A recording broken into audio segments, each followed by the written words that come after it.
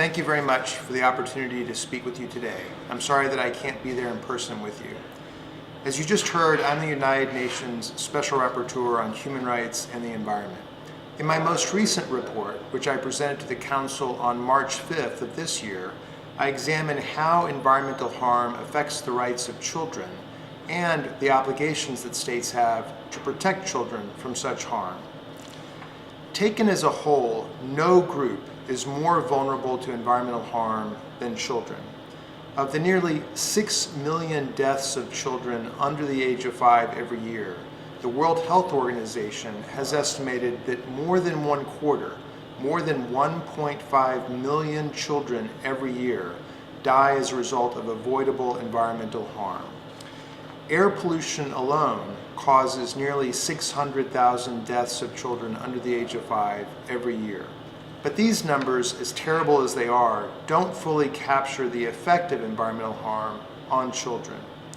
The vast majority of all children in the world, about 2 billion children in all, live in areas that exceed the World Health Organization's standard for particulate air pollution. Children are more susceptible than adults to environmental harm for many reasons, including that their immune systems are still in the process of development and that they have less ability than adults to protect themselves from environmental harm. All of these types of environmental harm interfere with children's human rights, including their rights to life, to health, to development, to an adequate standard of living, to play and recreation. Businesses, too, have direct responsibilities. Certainly, businesses should never seek to evade applicable laws through corruption or other practices, or abuse those laws, for example, by bringing criminal defamation suits against those who oppose their activities. But that's a very low bar. Businesses should go beyond that.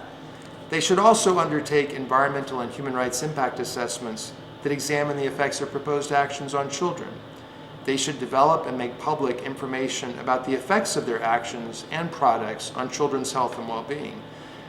And they should facilitate children's participation as appropriate in consultations about proposed policies and other measures. In general, they should seek to strengthen environmental health and safety standards rather than undermine them. Beyond the immediate environmental dangers, as grave as they are for so many children around the world, looms the threat of even worse environmental harm to come. We adults are drastically altering the very nature of the planet, changing the climate and decimating the ecosystems on which human beings depend. It's true that we make commitments to sustainable development, which is defined as development that meets the needs of the present without compromising the ability of future generations to meet their own needs. But I wonder sometimes whether we forget that many members of future generations have already arrived, and more arrive every moment. We don't need to look into the future to see the people whose lives will be affected by our actions today. They're already here. To take a personal example, I have twin nieces who just celebrated their 2nd birthday. They were born in 2016. With any luck, they'll be alive to greet the next century when it arrives. What kind of world will the children of their generation inherit from us? Will they thank us for leaving them a safe and sustainable environment?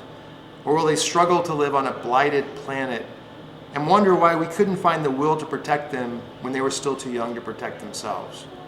I hope that they look back on our generation as one that made the decisions necessary to ensure that the planet will be healthy and beautiful in the future as well as today.